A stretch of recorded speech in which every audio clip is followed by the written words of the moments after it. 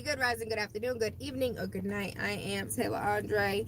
And waking up with Tayla Andre has absolutely nothing to do with the time of day that we link up, but about waking up your third eye with unorthodox conversations leading to universal consciousness.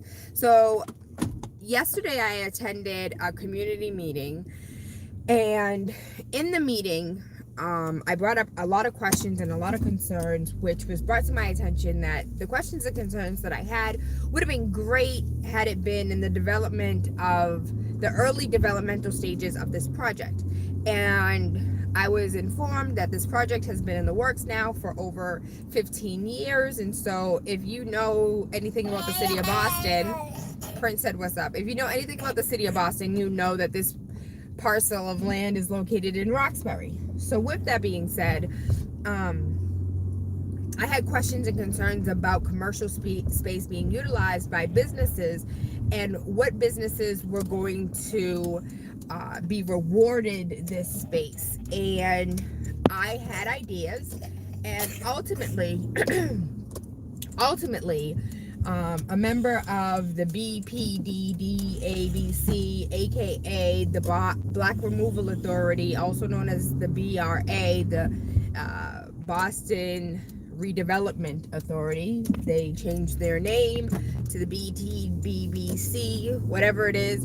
And I got a slap in the face. And in that reality check, it was like, as a review board member, you are here to give your, opinion, and it's great. It may or may not be utilized, but ultimately, this person purchased this parcel of land, and since they purchased the parcel of land, like, it's their decision what they do with it.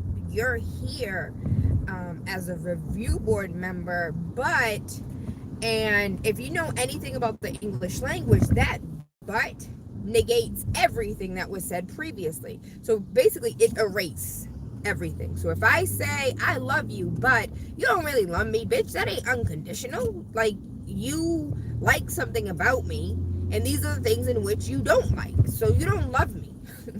Like, that "but" removes everything that you said prior. And so you're a member of the review board, but your opinion really doesn't fucking matter because this person paid their money, and because they paid their money, they're ultimately going to do with it what they want. And that really hit. That really, really hit. And mind you, it was like he was like, "Well, technically, such and such and such." Like, it took him a whole 15 minutes to say that, but ultimately that's what he said. And it's the truth. Right? That's being honest.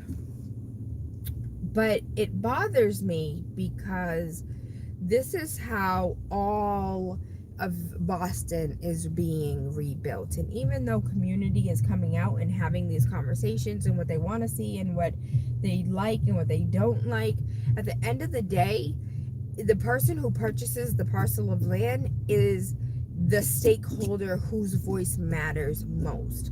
And unless community comes out in droves, because last night I was one of 3 community members for damn near an acre of land. It's just something to think about. It's completely different when you have 15 people coming out and saying, "We don't want this, we don't like this, something's gotta give, something's gotta change," versus Tayla, rah, rah, rah, rah, rah. Nobody wants to hear my voice all day. Nobody wants to hear me bitching and complaining. But one of the things that I brought up was there's only 3 people here. Why are we not making this more accessible? And as far as accessibility is concerned, like, not just location, why are we not allowing there to be a Zoom conference? Like, people can Zoom in or Google Plus in or watch a video and then be able to comment, question, and concern themselves with future communication, like however that may be, whether it's sending an email or being able to, just like here, if somebody wanted to, while watching, write a comment, you guys could make a comment and that comment could be addressed right here, right now. So there was 3 community stakeholders at the meeting last night, and there was about 8 8 organizational team member ish people that were also there, and they thought this was a beautiful and amazing idea, and like nobody thought about this prior. The meeting is from 6 to 8 p.m. People in the community are have families.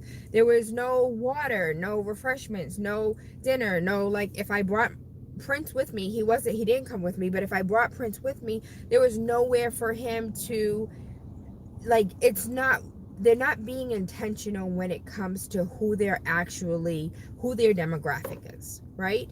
But at the same time, we too are not being intentional because we're not demanding to be in spaces that we deserve to be in but don't have access to. So I say all that to say your voice is so important, and I want to make, like, here in Boston, in the city of Boston, we had the city councilor race, and with the city councilor race, the at-large recount is taking place this weekend. And the reason why we're having a recount is because 8 people